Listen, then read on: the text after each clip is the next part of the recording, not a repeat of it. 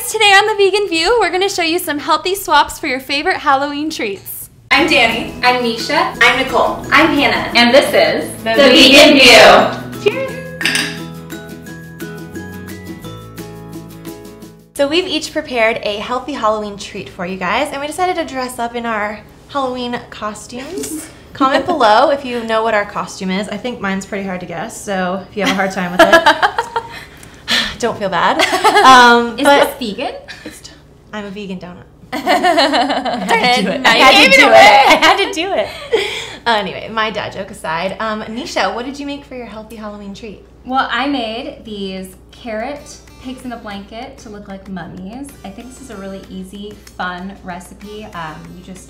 They're 2 simple ingredients, and it's fun to like have kids decorate the faces themselves, or even just your friends if you guys want to have a good Halloween party. So for these carrots, I peeled them and then marinated them for 24 hours in soy sauce, garlic powder, sesame seed oil, and onion powder.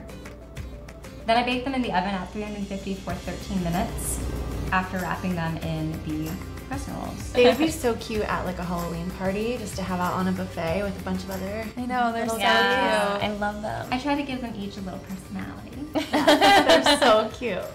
Cool. All right, so I made these little creepy mouths out of an apple, and it's literally the easiest thing, and this would also be really good if you guys have kids, because you just have some apple slices, put some peanut butter down, and then we used Dandy's marshmallows, which are my favorite vegan marshmallows, and they actually have pumpkin pie spice flavored ones, which would be really good for this also, but we just used the regular vanilla ones, and you put them in, they look like creepy little teeth, and I think these too would be just really cute on a little party buffet. Yummy. Okay, I made these little sweet potato jack-o'-lantern type of things. So this would be like a good swap instead of eating like a cookie or a chip. So this is just really easy. You just grab a couple of yams and slice them. And then I just used a knife to like cut out the little jack-o'-lantern faces, but be careful because it's a little dangerous. I think you could use a cookie cutter and that'd be a better idea. And then I just drizzled some maple syrup and some pumpkin pie seasoning and a little bit of sea salt, and then I put them in the oven. I preheated it to 400 degrees and put them in there for about 20 minutes. So cute.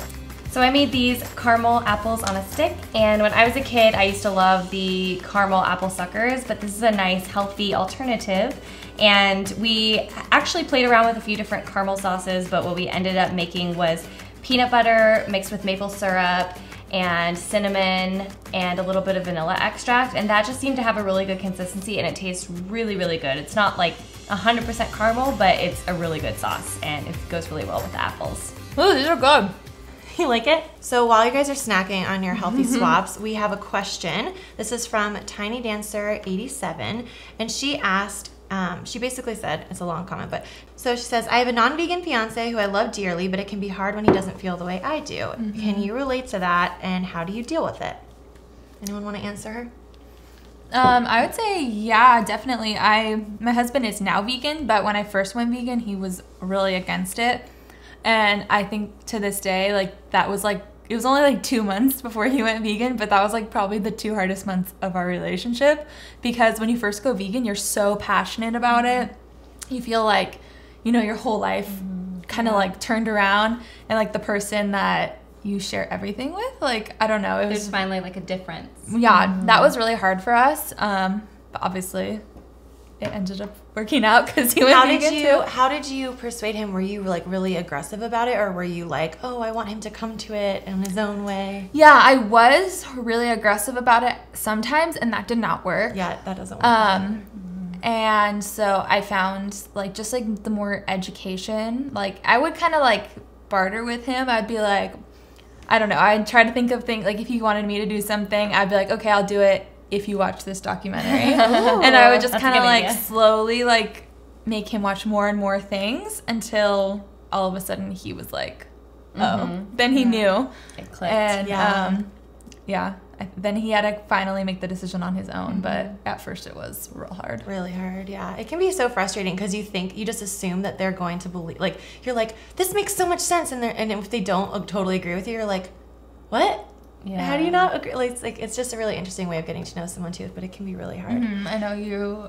Yeah, I feel like we've all had experiences with this, and we'd love to make a video about it. Maybe bring our significant others on the show and maybe turn it into a whole thing. So if you guys would be interested in that, definitely comment below, because this is a topic I feel like we could all really elaborate on, because it's definitely tricky. So we feel you. I think the moral of the story is like education and to do it in a way that's like not too pushy, because that really turns people off.